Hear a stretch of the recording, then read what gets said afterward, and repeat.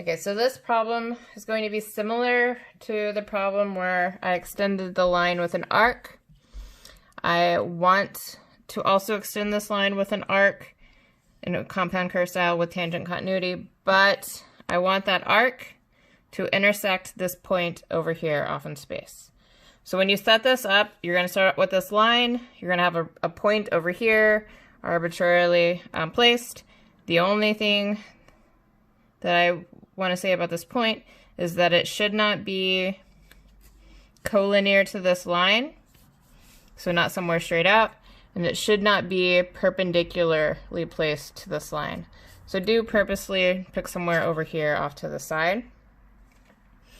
What you'll want to do is think about the requirements of finding what you're going to need to be able to draw this arc, right? So what was the information you needed in the last one? What's been the information we've needed last week to solve for drawing an arc or a circle, and try to bring what we've done in tangents this week and circles last week together to solve for this problem.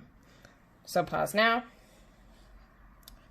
So to go ahead and work this out, we're going to need to follow along with the steps, finding that perpendicular out of that endpoint, much like we've done in the previous video. So extending that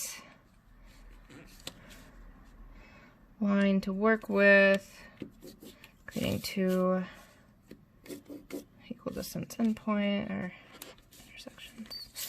Then finding another point over here to reference to draw my perpendicular.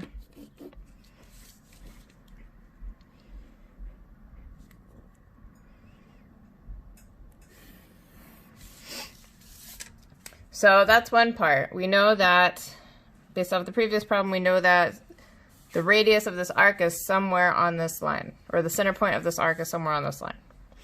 So we're one step closer to finding the center point. If you think back to last week's, what were the conditions that we needed to implement to solve for a center? It had to do with chord constructions.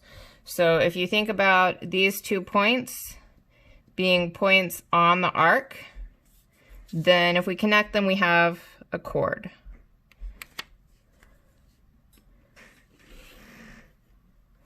And if you remember from last week, what we did was a lot of chord bisecting constructions. So if we bisect this chord with a perpendicular, we know that on that perpendicular, based off last week's instructions, that the center of the arc that we're looking for is also somewhere on that line.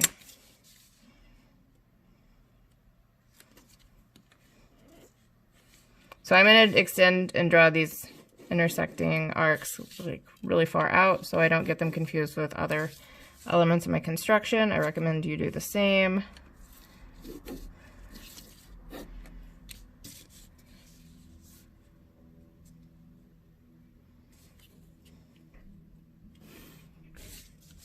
And so what that gives me is my center, because I have these 2 lines intersecting to solve for my center. And in the process, I've also found my radius. So I know this is the center. I know it has to intersect or start out of this point. I know it has to intersect this point, so I measure this or measure this for my radius for my arc.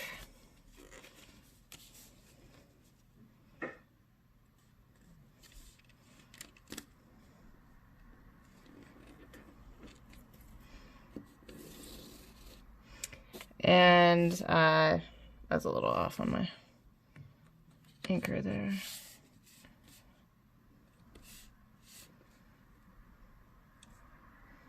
But you get the idea.